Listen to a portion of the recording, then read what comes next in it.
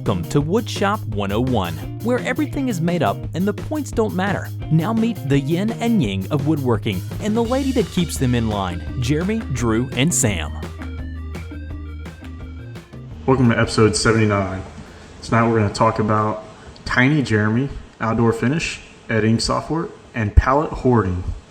We welcome back Adam Beasley of Lazy Guy DIY. What's going on, Adam? Hey guys, thanks for having me back. Glad that you wanted to come back. Last time y'all were a little mean to me about my tiny shop, so I'm feeling a little bit better. So now I'm ready to come back on. I just figured I was nervous last time, but now we're just three dudes that like to talk about wood. Yeah. Preferably hardwood. Exactly. And make videos of it. I'm going to leave that alone. Except you're laying on your bed talking to two dudes. Yep.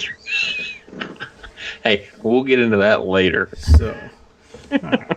Well, speaking of bed, let's go ahead and talk about our sponsor for this episode. Lisa is going to be the sponsor, and Lisa is an innovative mattress brand that's challenging the often dreaded traditional mattress buying experience. No one wants to visit those awkward, grungy mattress stores where you're forced to spend thousands of dollars on a subpar sleep experience. Lisa has completely changed the game, so you can now enjoy the comfort of luxury mattress at a fraction of the price. The Lisa mattress starts at just $575. Lisa provides a complimentary 100-night risk-free trial and free shipping always, so that you can properly try out your mattress in the comfort of your own home. At Lisa, it's all about the quality. The incredible, comfortable Lisa mattress is 100% American-made. You hear that? It's American-made. American, okay? American-made. American.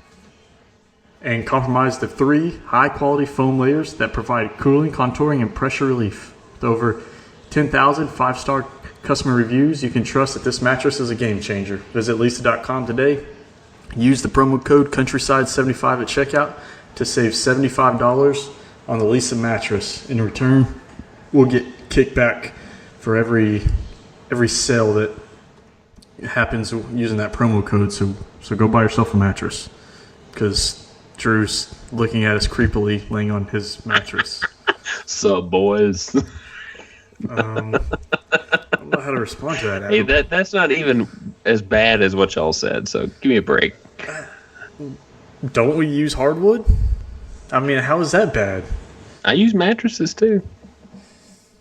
So, no, I'm actually really surprised about a quote-unquote mail order mattress like that. I got it in, and man, that thing's comfortable. I wanted to sleep on it the first night, and I had like no moving air in the guest room, so I didn't. But it's after sleeping on my daughter, that's her trampoline, because where it's at is like on the side of their game room, and so she goes in there and she just jumps on it all the time. So at least it works. I'm sure they do. They do that in the quality and testing facility, I'm sure, in Lisa. So yeah. Yeah, but they don't have a 2-year-old. Well, it's probably the equivalent of a 2-year-old. So Well, you can't keep a factory of 2-year-olds. There's rules against that. So It's sweatshops. exactly. what rules? There's no stinking rules. Yeah, I don't know what stinking rules you're talking about. So, all right, well, let's talk a little bit about what's going on in the shop.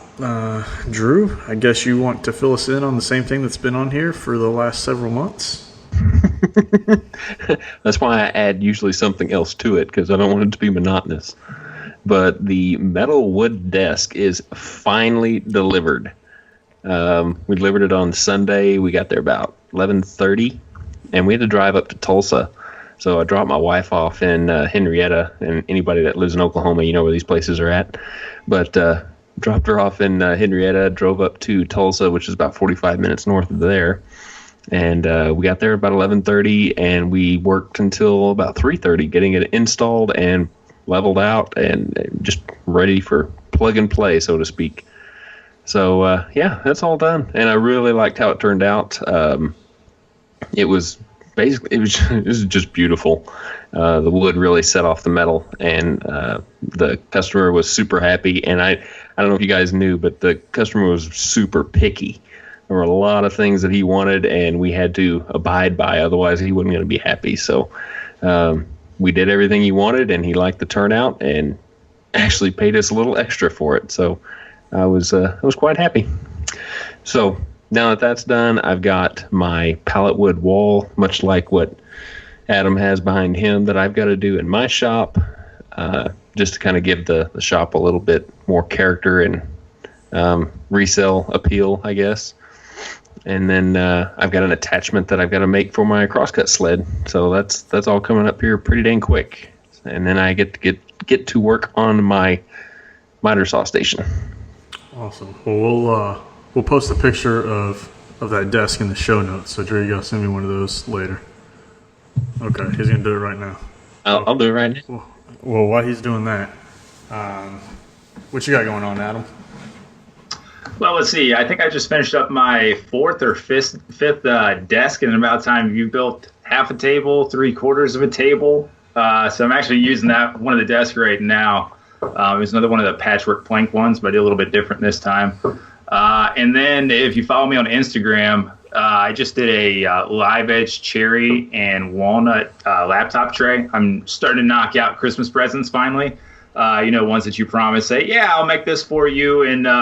And it's April. And so I have Christmas presents that I'm working on and anniversary presents. So the laptop tray was the anniversary present for my wife from back from January. So that's done now. I should have that up here. You can make her feel better. Tell her my wife still hasn't got her birthday present from almost 4 years ago. There you go. Well, I'm only a few months behind, so it's okay. I must be more afraid of my wife. Yeah, I mean, she threatens a lot. Yeah. But before too long, she's going to follow through with the threat, so. Well, my wife did give me the new spindle sander, so I figured if I got that, maybe I should, give her an anniversary present. So that's probably good. Yeah. Yeah. She buys me tools. I make stuff occasionally. So yeah, buys tools for the tool. That's right. Exactly. That live edge, the cherry. That's a serving tray. Is that what that was? It's a laptop tray. So, because she comes home from work and sits with her laptop on the couch and checks stuff out. But I needed something pretty. I had those live edge slabs from the last time we talked. Chopped up the cherry, had some rough cut walnut, and put a little sides on it with the walnut. It turned out good. Yeah, I saw those and that pretty impressed. They were very beautiful. Dang, Drew, you didn't make this. Stop lying, dude. Dude, that's it. No, you didn't make that. Yeah, that's it. No, you didn't make that. My brother and I both made it. Here, I'll put it up on the screen so you guys can see. I put it up on the screen too. See? All right. Oh yeah, there you go. Hey, well, yours is kind of blurry. What's the matter with it? That looks horrible. He doesn't have the filters on it yet. Yeah, I don't hit the Instagram filters for you. Just turn up the contrast. There you go. Now it looks better. And besides, your screen is usually tiny, Jeremy. Remember? Tiny. Call me Tiny Jeremy. Tiny Jeremy. So, well, I'm sure if you listened to the last episode, and I said if the table wasn't ready by Thursday, or Wednesday, there was going to be a new dining room table. There's not a new dining room table in here. There's still an unfinished dining room table. But it's been a week that I was ready to have over. I'm ready to start fresh tomorrow and try to get the table done once and for all. The week started out, Kendra got in a pretty bad car wreck on Monday. She got hit twice. She's doing fine. She was a little sore for about 4 or 5 days. Her car was pretty messed up, but trying to deal with the two different people that hit her and the company. One of them was a company, so trying to deal with them and get the insurance paid, and trying to deal with my insurance to go to bat for me, and that was a nightmare. And then going to try to get a rental car was I've never had an experience trying to get a rental car like I did. We literally called at noon. It's like, hey, we want to come pick up a rental car. Insurance has already made the reservations. They're like, oh, okay, come at 4. We'll have something ready for you. We show up at 4, and this dude tries to give us a car. He was like, the only full-size car I have is this Nissan Altima. And I was like, well, that's not full-size. First of all, it's smaller than my wife's car. He's like, well, we deem it full-size or whatever, so this is what you would get. I was like, all right. He's like, well, I want you to look at the outside of it, or I want you to look at it. The outside of it's really clean, real nice, but the inside's got some really bad stains and stuff. I was like, I'm not taking a dirty car. I'm not. And he was like, well, we don't have anything else. And I was like, look, we called at noon. You said it'd be ready at 4. The guy then said, hey, I'll upgrade you to a minivan. We're like, fine, whatever. We'll take whatever. He goes back, tells his manager. His manager comes up and was like, no, we will not upgrade you. The only thing we have is this Altima. The reason why we won't upgrade you is because we have something in stock that you can take. I was like, I'm not taking a dirty car. She proceeds to tell me, well, it's not that dirty. But your other employee said we need to go take a look at it because it's pretty nasty. I was like, no way, dude. You're not giving me a car. So after like 3.5 hours of like battling back and forth, they finally gave us like this upgraded like luxury Chrysler 300 that's just like decked out with every bell and whistle. And that's led us pretty much all the way up until Thursday when her mom and sister got here, and then it was just day after day entertaining them. Then my daughter got sick. She's been sick all weekend with strep throat. Finally got her to the doctor today to get meds, and I've physically been worn out because she wasn't eating, she didn't want to sleep, crying all day because she hurt. So I'm ready for the new week, and hopefully we'll make some progress on that top. Now that I'm quote unquote not under this deadline, I'm going There's to do always a deadline. Well, you're right, there is, but I'm gonna try to do a little bit more detail into the top. There's some checking going on in like two of the planks. And so I'm going to do some butterfly inlays, and I'm actually going to do them. I met this company, Tartar Woodworking, at Atlanta, and I actually saw them in Houston last year at the woodworking show, and they do like butterfly. They have inlay kits for just about everything: flowers, butterflies, all sorts of things. So I'm going to take the butterflies or the bow ties. They sent me the kit, and I just got it like 2 days ago, and I'm going to use that to make a series of different butterflies or bow ties to stabilize the checking.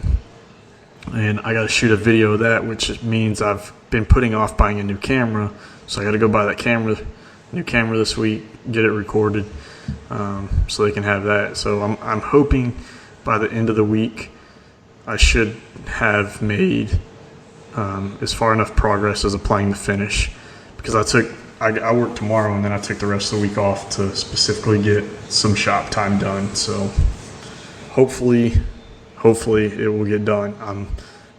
I have things on my list that I want to make.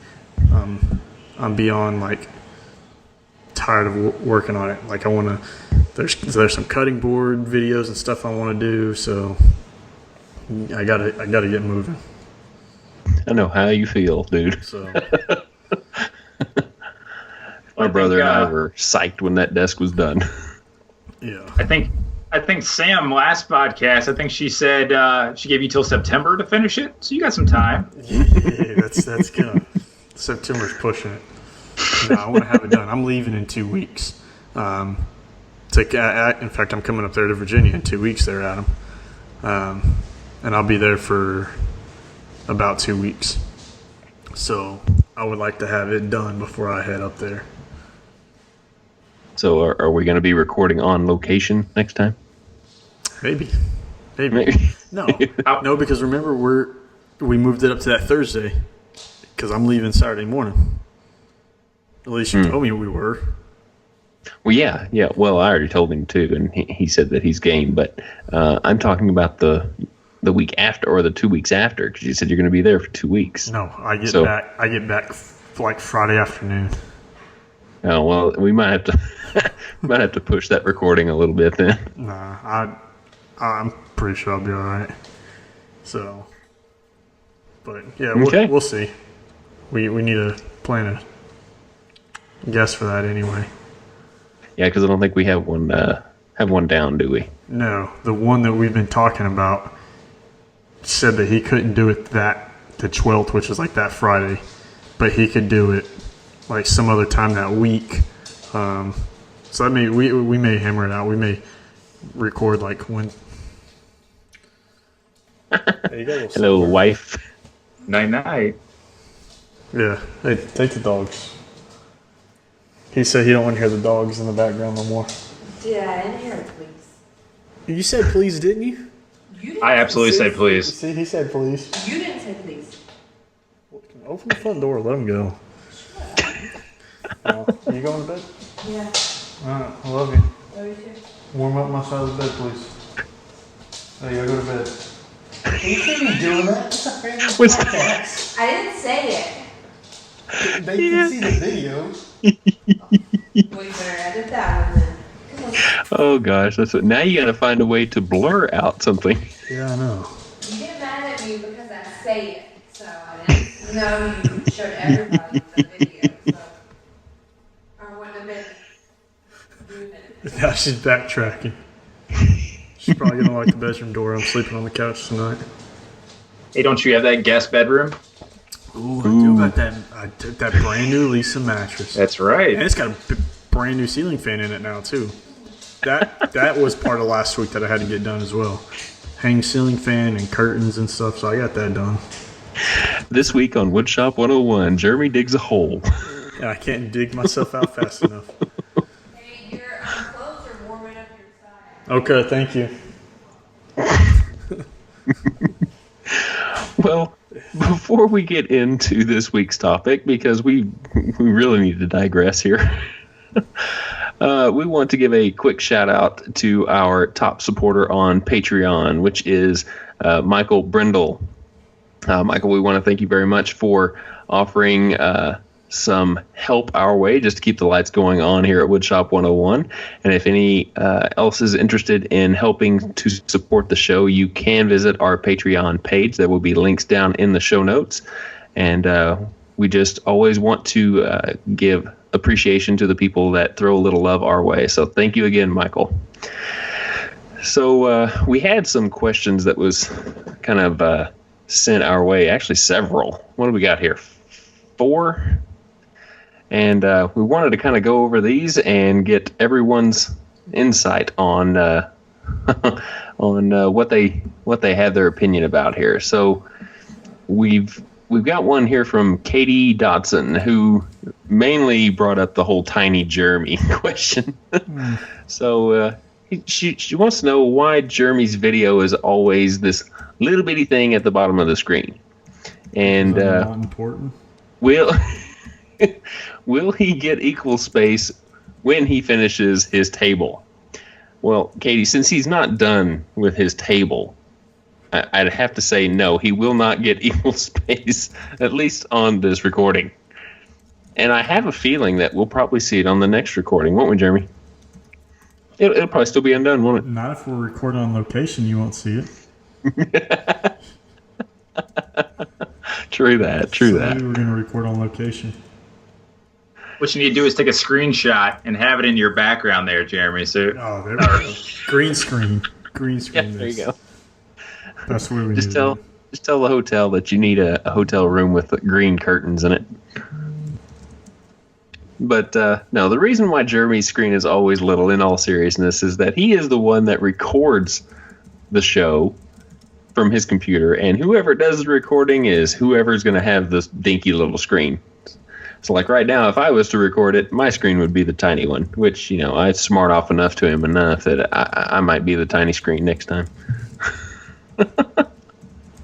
Maybe. So Jeremy, maybe. I don't know. I got it hooked up on my laptop now, so you might not be. I might I'll forget about it. Let's be real.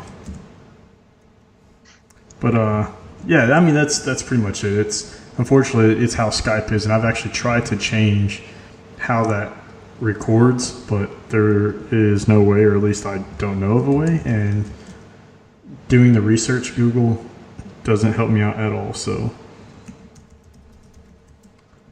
sorry, I'm trying to type something into the show notes. Are y'all reading it as it comes up? Where are you typing? In the questions or? No, in iTunes. Oh yeah, I see it now. I don't know, but it's on here. I don't know either. So yeah, it's a good thing you're reading that. All right. Well, the rest of these questions were things that were asked from me in Atlanta, and I'm sorry, I don't remember exactly who asked what questions. I just know there was a lot of things being talked about and a lot of questions being asked. So sorry, Jeremy was not prepared. Yeah. So, I didn't anticipate, like, I didn't say, oh, hang on, let me write this down for the podcast. I just started thinking about today. It was like, what questions have I been asked lately? And this was one of them, or a couple of them. So I actually had the editing software posed to me too. So, all right. So, what editing software do you use for your videos, and is there any reason to purchase software? So, Adam, go first. Shoot, go now. All right. So as I talked to you all about the last time, I was using iMovie on my iPhone for the most part for editing stuff. It was a real pain. But actually, we started talking about before how I could take screenshots from the video. Started doing that. So much easier. But I just purchased a video editor. I think it's Cyberlink. Wait, I got it. Not Cyberdyne from Terminator, but Cyberlink Power Director. But I haven't tried it yet. I actually have a new laptop that's coming today, and I missed the delivery. I was hoping I was going to be able to use this tonight, so I wouldn't have the giant line down my screen that you all can't see. But yeah, I haven't used it yet. I'm still using iMovie. It still works fine for me, and then I put it into YouTube. It does 4K, so I can't complain about that. I'm just editing on my phone, which is a real pain. But as of next week, I'll be using a real editing program. Look at me go. All right, so you're growing up in the world. Yeah, big boy pants. When you get a chance, shoot me over the link, and I'll make sure I put that in the show notes for people that are interested in that. Okay. Tell us a little bit about it. Obviously, you purchased it, so how much was it? And where did you hear about it, or is it just something you stumbled across? I just did a little bit of research, and everything's so expensive when you get to these video editing programs. I already use Adobe for my photos, and the add-on to that was like an extra $100 and some for the video. This was only $60. Like I said, it's Cyberlink Power Director, I think 5. It's about $50. You can find it on Amazon for a direct download. But it had great reviews. It wasn't, when I started looking at the different levels of how experienced you need to be, this one was pretty much in the middle. You don't have to be an expert, but you can do some pretty cool things, especially if you do anything with like a GoPro. And it lets you add in, obviously it has 4K video capability, which some of them don't. But it actually lets you do 3D if you wanted to do that, if you had some kind of crazy camera. Or, like I said, if you're using the GoPro, you can, it corrects the fisheye. And I've been using the GoPro a little bit for kind of like Kyle Toth does with attaching it to a piece of wood and sitting it through something, or making cuts on it and do some creative artsy shots. But that's pretty much it. I did a simple search and some research, and this one seemed to be a good one. And it was affordable. Yeah, that's a big plus. All right, well, like I said, we'll put that down in the show notes for anybody interested in that piece of software. Drew, what do you got?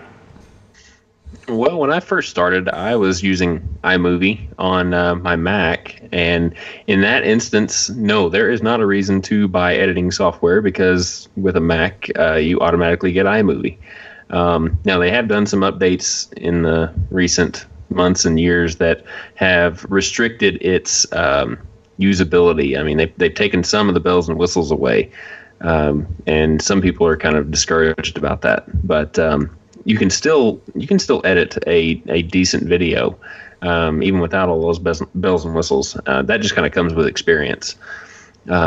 So in that respect, if you're looking to get started, iMovie is a great way to go on a Mac. But I purchased Final Cut Pro after I had been into YouTube for probably about 2 years, and I found that the user interface was very familiar to iMovie, but it had tons of extras that were connected with your iTunes account, so you can bring in music and extra sound bites that Final Cut Pro already had in it. The editing as far as transitions and themes and things like that were greatly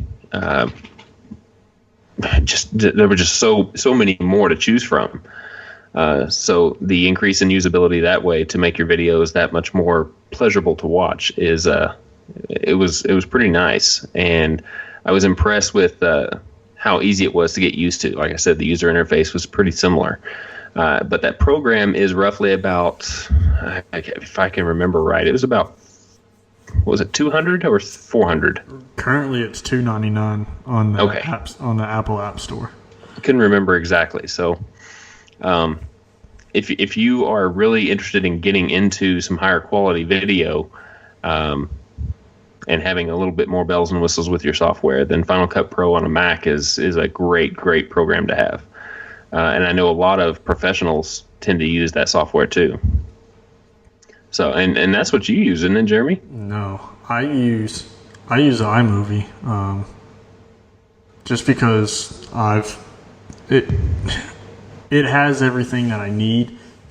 When I first started with iMovie was like 2011 or 2012, and like you said, there was a lot more features in compared to what it is now. And unfortunately, I'm on my third Mac. I have two Macs right now, and they both run the newest version, which is iMovie 16 or whatever it is. And so I lost a lot of those bells and whistles. And I've been looking more into getting Final Cut Pro for that reason, to get some of those things back and to get some more things. But iMovie does everything I absolutely need it to do. In fact, I do all the podcast stuff on iMovie, and it literally takes me 5 minutes. I've got it down now to import the movie, the audio. So how I do it is for the podcast, I extract all the audio. I go through, I edit all audio, I piece together everything in GarageBand.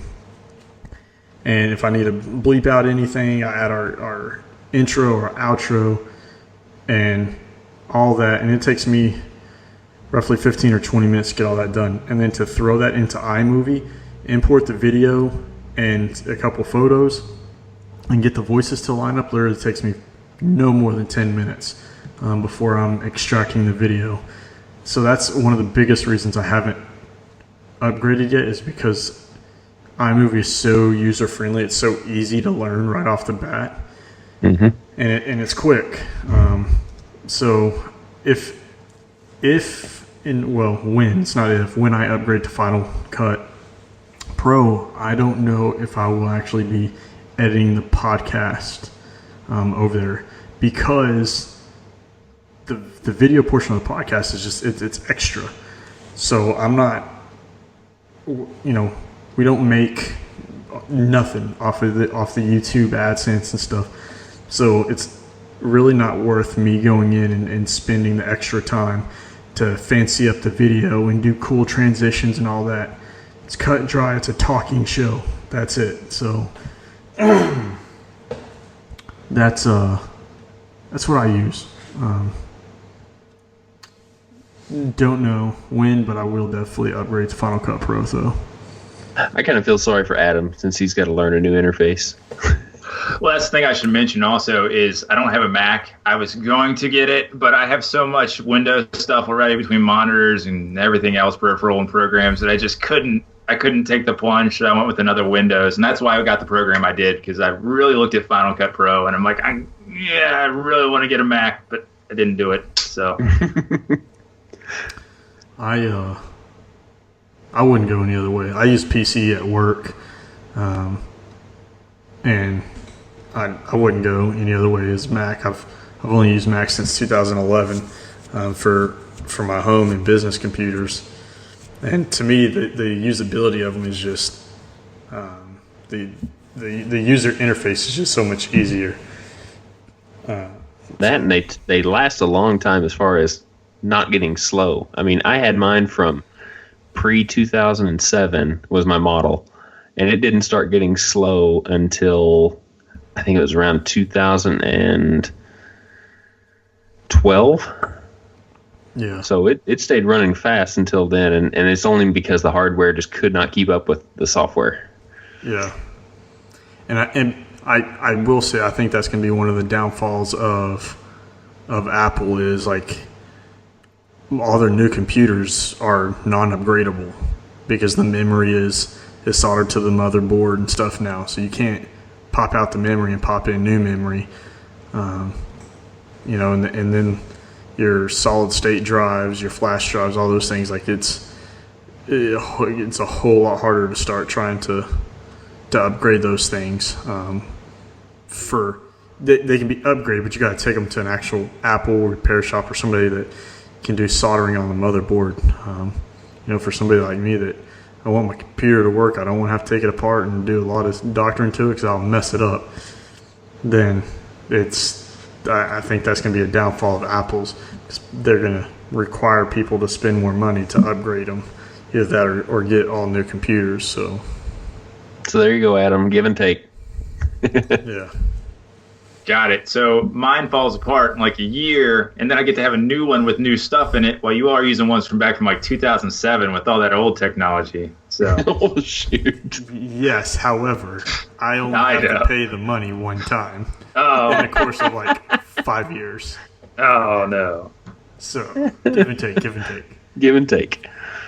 So, there we go. Let's see. The next one we have, it says, spring is here. So, what outdoor finish do you like to use on your outdoor projects? Jeremy, kick it off. Go now. What finish? No, my go-to finish, at least for the last several years, has been General Finishes Exterior 450, which is like a water-based varnish, like polyurethane. But it's super easy to apply. It's just like any other water-based finish, but it lasts and holds up really well. It has a lot of UV protection in it. I think I still actually have some of it in the shop, but I've been toying. I have this literally right outside this window right here. We got this giant like panoramic window in the front of the house that goes on our front porch, and we have this swing that I bought in 2007, I think. Yeah, 2007, May of 2007, for my wife for Mother's Day when we got our first dog, and it's held up. It's an Amish-made piece of furniture, and it's like anything. We first got it, and I kept up with it real well. I put some Thompson's water seal on it, and over the years I was kind of stopped applying finish to it. So one of my goals this year is to get it sanded down and reapply finish. And I'm actually thinking about doing something like Matt Cremona or Mark Spagnola's been doing, and making it with like an Epiphanes and using that for the bench to see if it'll hold up a little bit longer. But if I don't, it will definitely be applied with Exterior 450, and that may be the way I go anyway, because I'll spray it, and I don't have to kind of brush it on and stuff, especially in wood that it's very cracking. It's just dried, it's very cracked, so to brush it on would probably catch a lot of the bristles and stuff. So what about you, Adam? Well, I haven't done a lot of outdoor projects that are require finishes. I mean, I built my chicken coop and some planters and things like that. But usually when I'm making stuff, it's usually just pressure treated or cedar or something that holds up pretty well and doesn't really need a finish unless you want to make it really pretty. But I have actually been talking with Woka USA, and they've sent me some samples, and I've tried some of that just because I have an outdoor project that I can't talk about yet. That you got to drop those in when you can.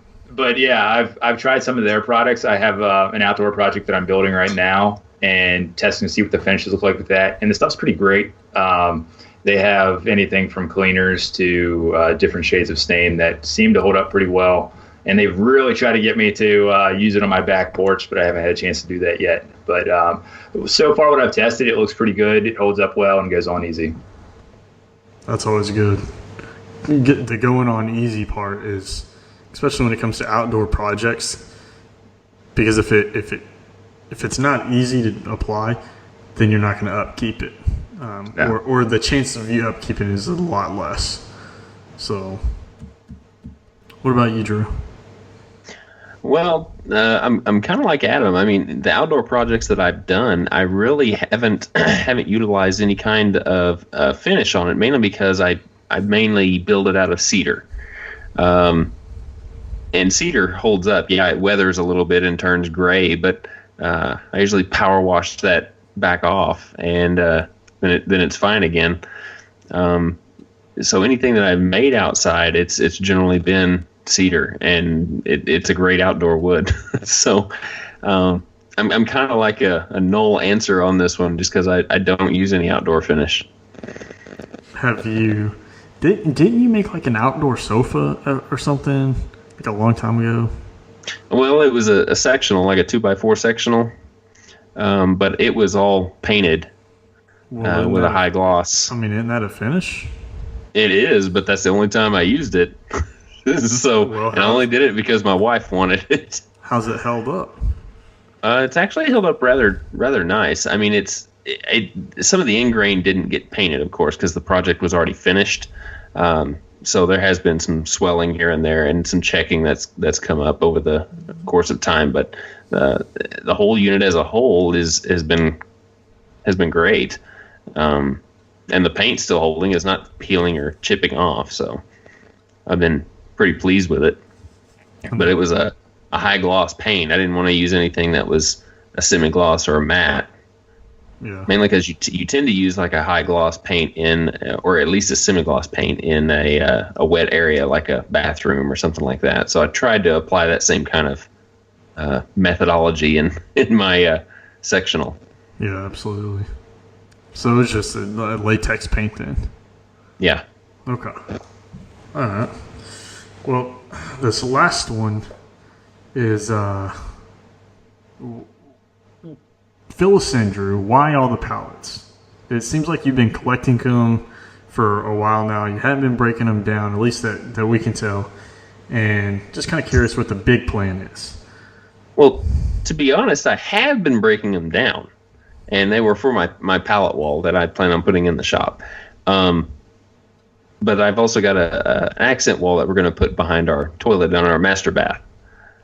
So that's the main use right now for them. Originally, it was going to be used for hardwood flooring throughout the house, but my wife kind of ixed that idea because it was going to be a lot of back-breaking work to get them cut up and planed and milled and just. I wasn't even going to plane them, actually. I was just going to cut them and maybe straight line the edges and ends, and then we'd put them down and then take a big drum sander and just get them all smooth. But right now, I'm just collecting them and selling them off a little bit here and there. $2 a pallet, it gives me some extra cash for projects, and I get the pallets free, so I bring them home, and I got a guy that comes every Saturday, and he takes them off my hands for $2 each. Awesome. What's your breakdown method that you do for pallets? I try not to pull the nails, especially at the ends, mainly because it damages the ends so bad. You have to be real delicate when you take them apart. But I mainly just take a straight edge jig, like a straight line jig for a circular saw, and I lay it over the pallet, and then I just run them up the sides of the nails on one side of the outer runner, and then on both sides of the inner runner. And I have, pieces that are probably about a foot, 13, 14 inches long. But, a pallet wall, I mean, it doesn't have to be, long strips of wood. So, yeah. So you're going to use where in the shop? I know you're going to do it there on that back wall of bank cabinets. Are you going to have it wrap around the corner at all that goes down towards the mud locker system? Yeah, I'm actually going to continue it all the way to the mud locker. So it'll wrap my doors. I'm going to take the trim off that are around the doors right now because I don't need trim out in the garage. So I was going to take the trim off and then wrap pallet wood all the way around that wall, and it'll just butt up to the mud locker. Okay. It's kind of interesting. I've been toying with something like that, just because I'm trying to get the majority of like what I want up on the wall before I paint. Because I don't want to paint. I don't want to paint something that's going to eventually be covered by plywood or pallet wood or something like that, or like that whole one wall that's covered in cabinets now. Like, to me, that's just a waste of time and money to paint that, and then I'm covering it up. So I'm trying to get stuff up on the wall and then figure out where I need to paint. And that's one of them is I want to create a backsplash between the cabinets, and then kind of wrap down to where the desk section is, where I have the TV mounted, and roll that up. But I hadn't really been feeling the pallet wood on that wall, mainly because I don't get the pallets near like what I used to. I could just go to Walmart and pick them up. I had a deal worked out that I could go pick up whatever pallets I wanted as long as they weren't the red and the blue ones. And I don't have that deal anymore. Could I probably go make that deal again? Yeah, absolutely. But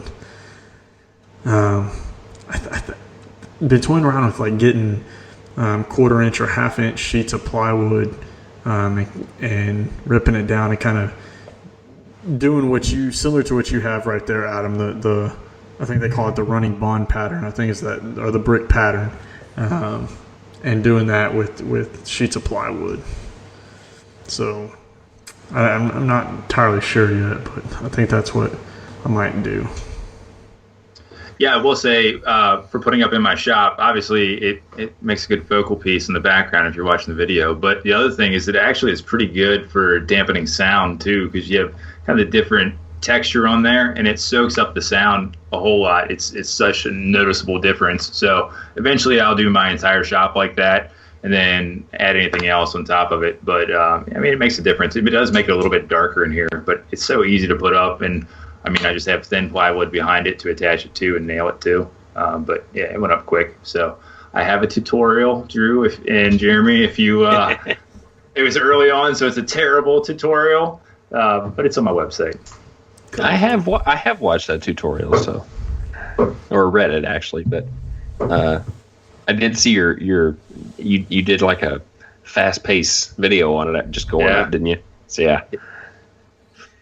So I think I'm gonna do that. At least that's gonna be on that one wall where the cabinets are at, and then I have like a kind of like a hand tool I want to make. And I'm gonna do a vertical piece of plywood going up and down on one of the walls. Just I think 1, maybe 2 sheets of plywood, so it may be 8 by 8 when it comes all out. But it may. I'm thinking right now I'm leaning just to a regular 4 by 8 piece of plywood. And hang up some of my hand tools up there, and that will be on another one. I think like after I got pretty much that, then I will start painting the rest of the shop.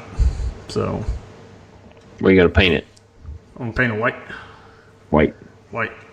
Sometimes I might have regretted painting mine kind of like that charcoal. Well, actually, it's just kind of a dark gray, but I kind of regret sometimes. But now that I've got that daylight lighting in there, it's not so bad. Yeah, and that's the deal. It's like that's why I'm not in a hurry right now, because I have all that daylight lighting in there that I have sufficient light to work.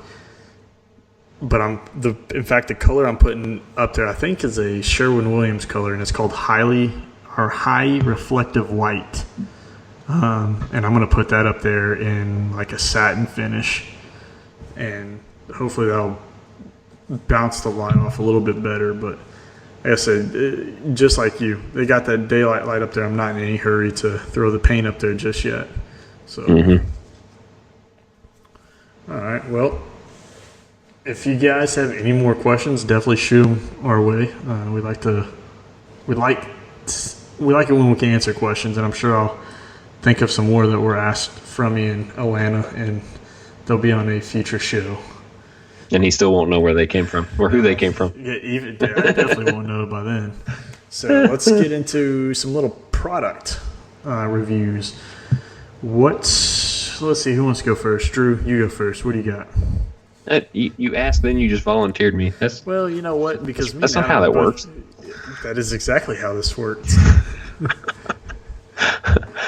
Well, let's see. I had a lot of experience using this product on the metal wood desk, especially when it came to fitting the panels and disassembling the panels. But I always had a pull or gravitation towards Porter cable, and I'd used them for a long time. And then Ryobi started sending me some of their drills, and one of them in particular that they sent was a Quiet Strike impact driver. And yes, it is marketed because it is a quieter impact driver than most.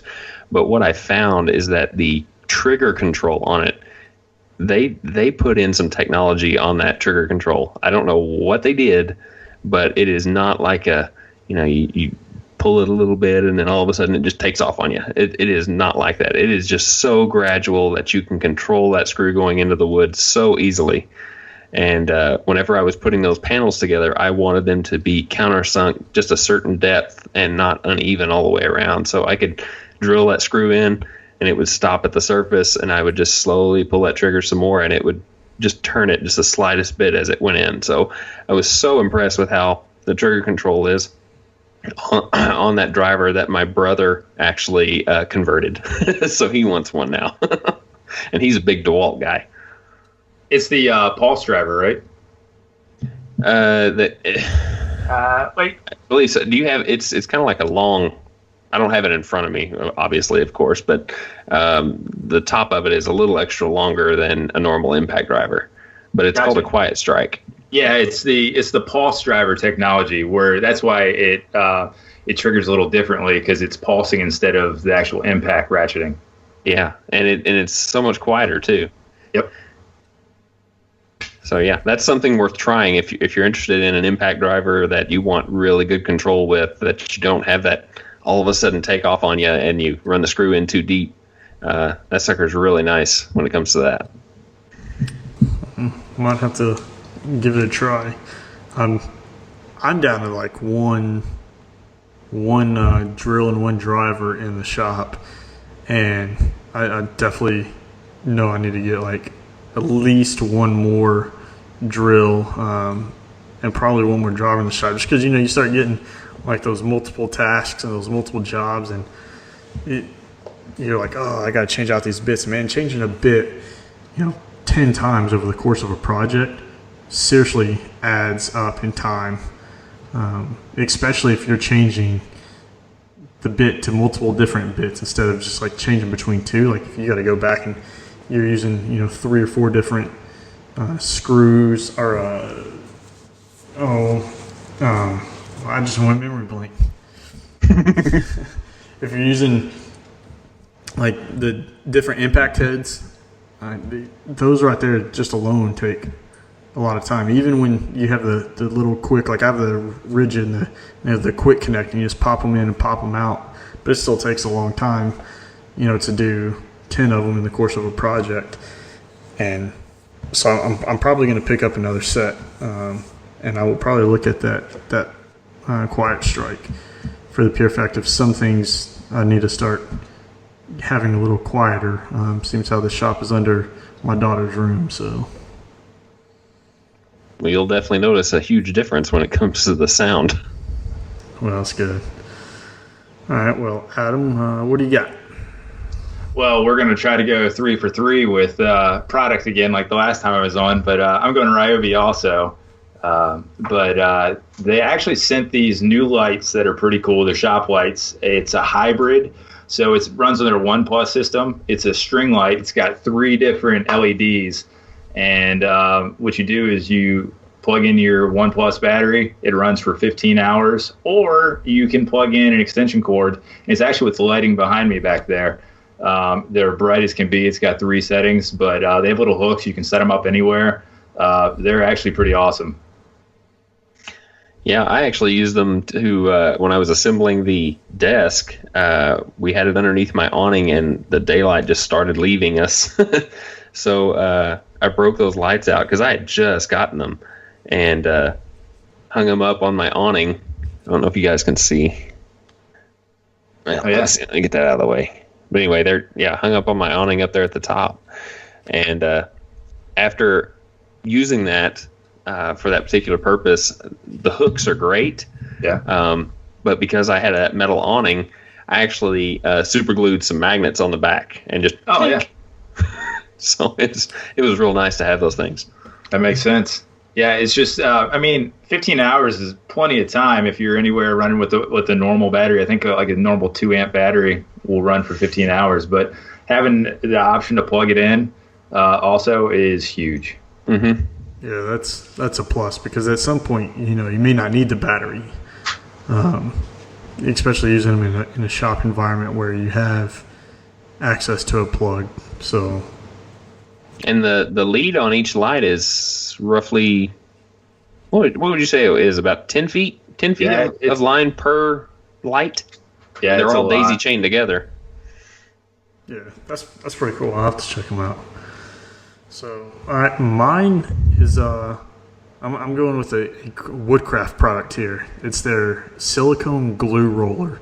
This thing's about like $8 or $9, and it's amazing.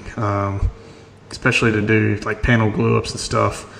It just goes a whole lot quicker than using like a little brush. And being silicone, you let the glue dry on it, and it peels right off, and it looks brand new. You're ready to go again. I picked mine up almost a year ago now. It was in fact my last time to go to the Woodcraft in Houston. I went and bought some stuff, and then I had left and went to Rockler, and I was like, crap, I was going to buy that brush or the roller. And I was like, all right, well, I'm just going to swing back by Woodcraft on the way home because it's on the way. And what I did, I went in there and, because I taught classes there, I was in there all the time. And one of the managers was like, oh, you came back for this, right? He was like, no, just take it. He's like, and use it. He was like, remember us when you get to use it and stuff, because I really miss those guys over there. They were pretty cool. But they did something right when they made that roller, because it's not just a flat roller, it's got texture on it, so it holds glue in the texture, so you can, as you push, you may put more excess glue on like one side of the panel, and as you get down towards the other end or something, you need a little more glue. Well, that roller holds some of the extra glue in it and kind of drags it along as you need it, so it works really well, and I'm really impressed with it. I think for maybe like $11 or $12 you can buy a kit. And you can buy like a little roller tray. Kind of looks like a little paint tray, but literally it's just like that big, and it's a silicone tray that you can put glue in. I didn't get that because I don't really ever pour glue out into like a tray like that. I use my glue bot, or I'll use the Type Bond bottle. But the roller has saved me a lot of time when it comes to doing like some panels and things like that. So very nice. Pick yourself up one if you need it. I know. I've got a glue roller that I got from Rockler, and I don't use it as often as I like to. I I've got a. I don't know if you guys remember those ink pad rollers. They were actual on a handle, and it's like a rubber roller. Yeah, like that brie rollers or something like that. Yeah, I salvaged one from, I think, a garage sale or antique store.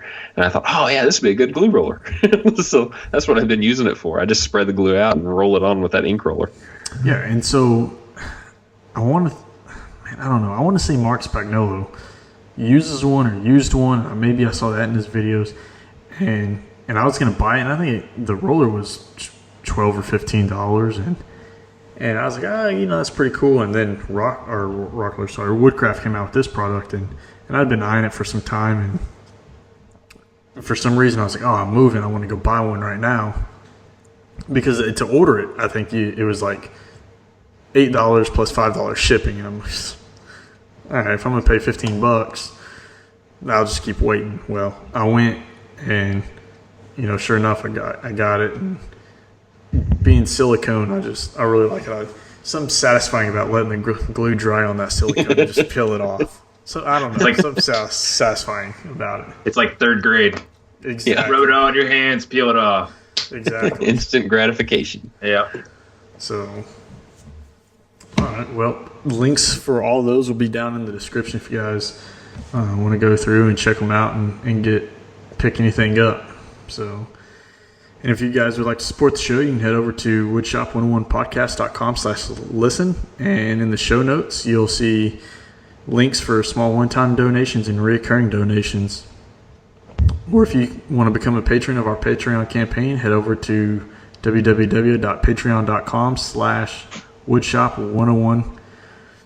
Or head over to countrysideworkshop.com/shop. And pick up a Woodshop 101 t-shirt. These t-shirts are amazing. Man, you wouldn't know them because... No, you wouldn't. Still waiting for it. Yeah, for some reason, I got it in the mail this week. And I called Jute Mode. They were supposed to ship it to you. So instead of me shipping it to you, they're printing another and shipping it to you. So hopefully... You're going to get one. Yeah, you're definitely going to get one. When I place my order, because I place my order as the vendor or whatever, they kind of print all mine at the same time. Like whenever I order them and give them out or whatever, and so they, instead of shipping it, they put it in part of the package that they ship me. So they're just going to go ahead and print another one and ship it out to you. So you will be getting it soon, and I expect you to like sleep in it. And like wear it to work and wear it in all your shop videos because it's super comfortable. Well, I have my boom shirt already, and I wore it in my video all this weekend. So. Oh, hey. Speaking of that, I got something for you too, Drew. Uh-oh. Let me see if I can get off my printer here. All right. Oh, and while you're doing that, you all were talking to Sam about my. Oh, there you go. There it is. Yeah, I was thinking that you had that. Yep, they gave it to me, so I need to get that in the mail. I'll get it in the mail this week. So, what were you saying, Adam?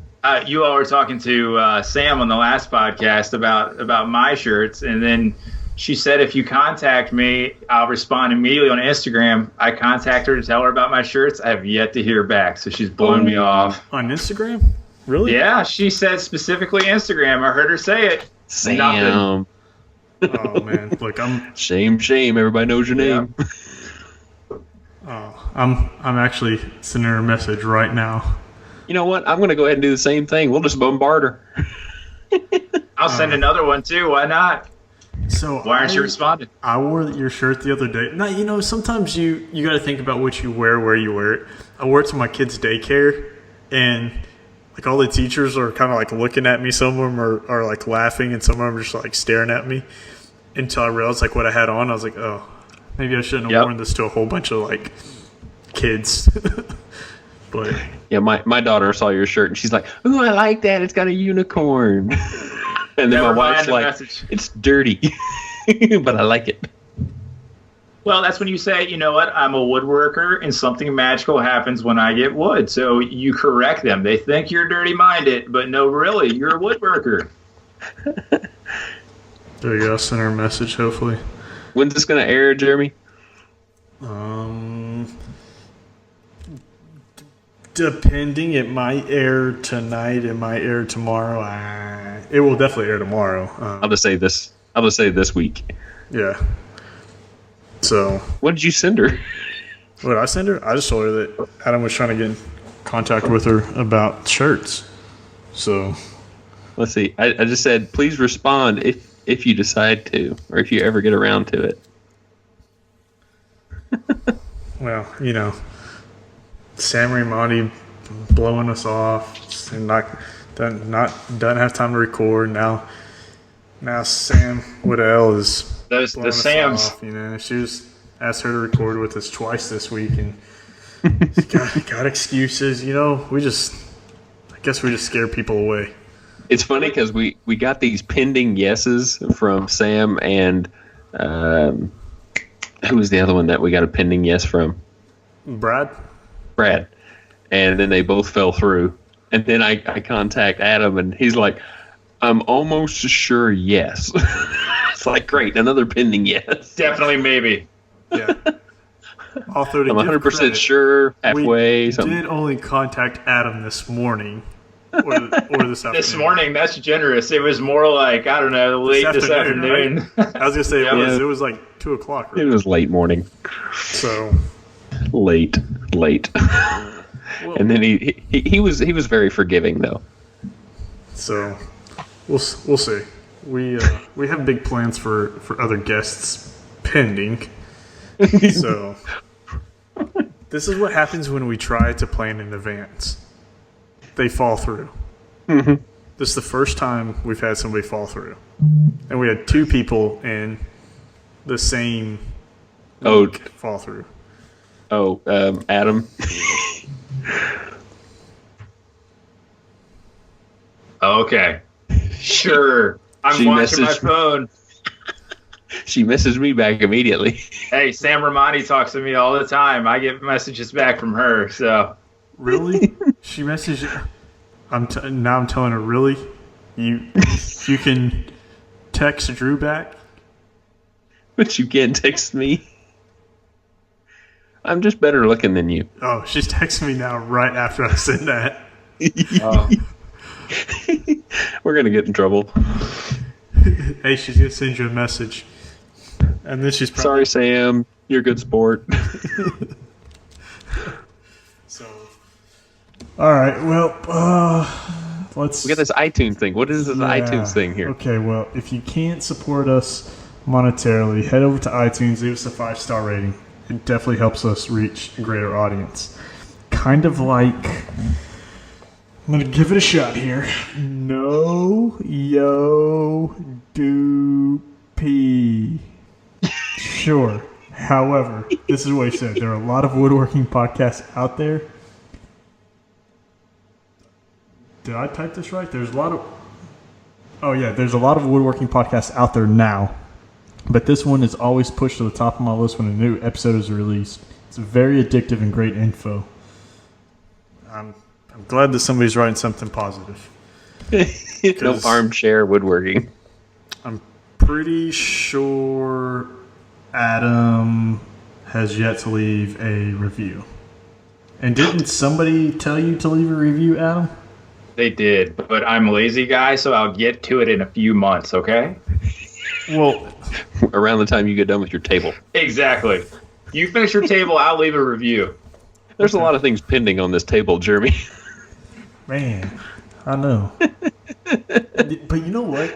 What are we going to talk about? Like, after the table's finished, like, what do I need to start another big project that's never going to get finished? You might have to. Maybe you better start little. Just don't throw them away. It depends on how they turn out. Maybe, well, dude, what if I throw this table away? What if it doesn't turn out and I throw that away? No, you can't do that. No. We'll take a picture of it in the dumpster. No, I definitely can't do that.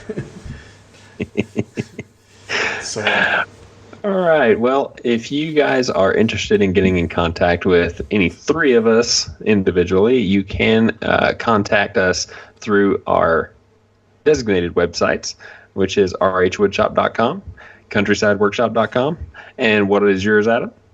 It is lazyguydiy.com. All right. Go ahead and fill them in on the rest of your contact info. All right, it is the battle for 4,000 right now, so I can stomp Drew with the numbers. So you can catch me at Lazy Guy DIY on Instagram. I'm on YouTube. I have a channel there that I'm really beefing up, and Twitter, Facebook, everything else. It's all Lazy Guy DIY. Hey, I'm getting geared up for a giveaway, so that might help me a little bit. It might get me another 50. Maybe I'll share it. I'll help you. Okay, that'll be good. Dude, I can't even break 1,000. I get like 700 or 980, and then like I log back in and I've lost like 4, and then I get like 982, and I lose like another 4, and I'm like, what's going on? Dude, it took me forever to break 3,000. I was going up and down between 29.96 and 29.99 for the longest time, and I was like, God, what is going on? So don't feel bad right now. 979.